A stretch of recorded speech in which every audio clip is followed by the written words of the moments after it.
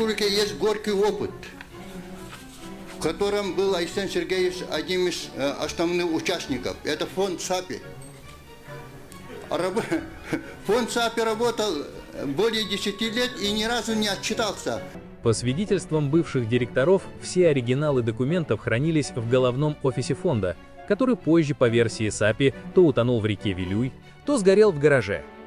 Ответили на главный вопрос. Утопили ли вы в конце концов? Или вы в конце концов? Или вы в конце концов документы? Вот я говорю, все документы были изъяты, значит, МВД. Значит, они, насколько я слышал, они их возили в Хабаровск, возили из Хабаровска обратно возили. Дальше я их не видел. Может, они и утопили. В этой ситуации мы просто мы уже здесь наши полномочия все окончено. За годы существования золотого проекта через сеть дочерних предприятий прошло, по оценкам независимых источников, более 32 миллиардов рублей.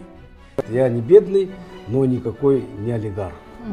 Наденьте водолазный костюм Айсену Сергеевичу, и пусть он достанет все документы и отчитывается.